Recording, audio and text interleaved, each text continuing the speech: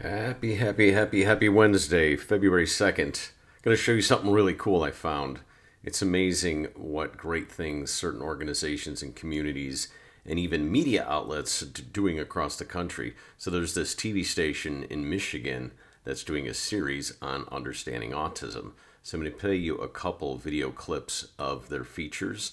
It's a multi-series. The first feature here we're going to show you is the police department in Lansing, Michigan, and all that they do to train their police officers to not be surprised when encountering children and adults with autism.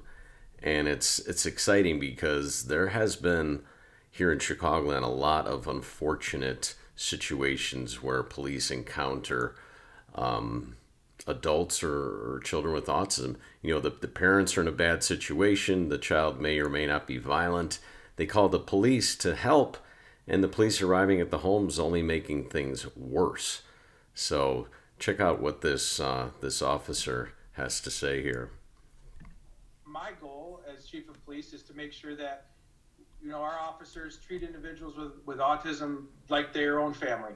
As if their loved one was in contact with law enforcement. How would they want them to be treated? This starts with building a relationship. During the past decade, Lansing Police Chief ELLERY SOSEBEE says his department has been very active and forward-thinking about building autism awareness among officers. We conduct ride-alongs with our autistic community to engage them, let them see how in interaction with us and us to interact with them. According to the Autism Society, 1 in 5 people with autism will interact with police before the age of 21. So both Lansing police and state troopers go through special training. When we come into contact with an individual on the spectrum, they could be nonverbal.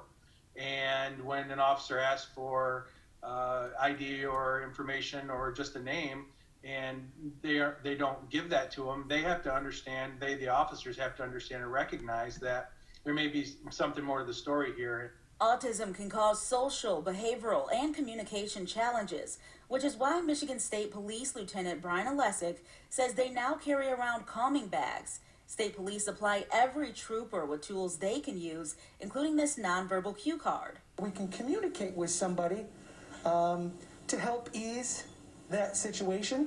MSP also hands out these stickers for people to put on their vehicles. These let officers know someone inside has autism. Well, the whole idea behind this is, along with our training, is so those encounters can be positive ones as well as safe ones. And the awareness also includes legislation. Last summer, officers came together for a ceremony after Governor Gretchen Whitmer signed a law allowing people with autism to list their diagnosis on their driving record. The goal is to let officers know there could be a communication barrier. We want to be the most inclusive community that we can be in, and the autistic community is part of our community, and we want to make sure that we, service them and give them the resources they need, no different than anyone else.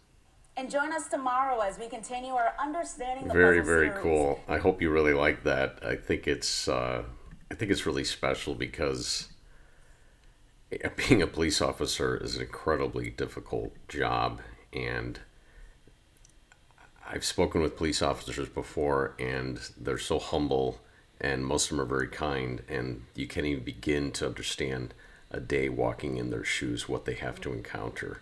Especially the Chicago Police Department. So that type of training, but to have that on your driver's license, your driving record, or any sort of ID that you have autism or you have some sort of speech impairment or speech delay, some sort of bracelet informing people. I was talking yesterday about preparing your child for adulthood. I think that is just so incredibly important. I'm going to play another quick clip here from another story they did with a gentleman named Xavier Degroat, who is very well known. This is his actual website, and he has autism. He's up in Michigan and has been doing a lot of advocacy work for acceptance and awareness across the country for a long time. And I'll play you a bit of a clip of his story here. Diagnosed at 4 years old, Xavier Degroat says growing up with his diagnosis had its challenging moments, but from this, he doesn't want others to go through what he went through, so he's building awareness around the country. All kinds of people say, I heard of autism, but do they really accept autism? He says he was teased and harassed in school and says some of his teachers didn't know how to communicate with him properly. A lot of kids would think because I had different ways of expressing myself and coping skills with light or with sound or big crowds that I was weak and dumb, but I'm not dumb. And to accept autism, you need to understand what autism is. According to the CDC, autism can cause significant social, communication, and behavioral challenges. I spoke to Sparrow clinical nurse specialist Mary Kisting to explain. It's typically called an autism spectrum disorder. I'm going to skip through this part here Each because child she doesn't really say much. says can change communication, and they tend to take things very literally. And she adds sometimes Some of them to get people to understand this. We all need to respect autism and as it is, not for how you look at it. Back in 2018, he started his own nonprofit organization called the Xavier Degroat Autism Foundation.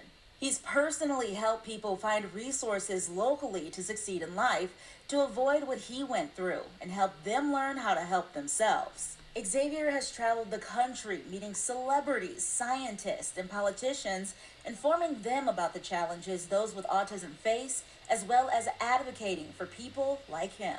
And a person on the spectrum is quite remarkable as long as society as a whole accepts them.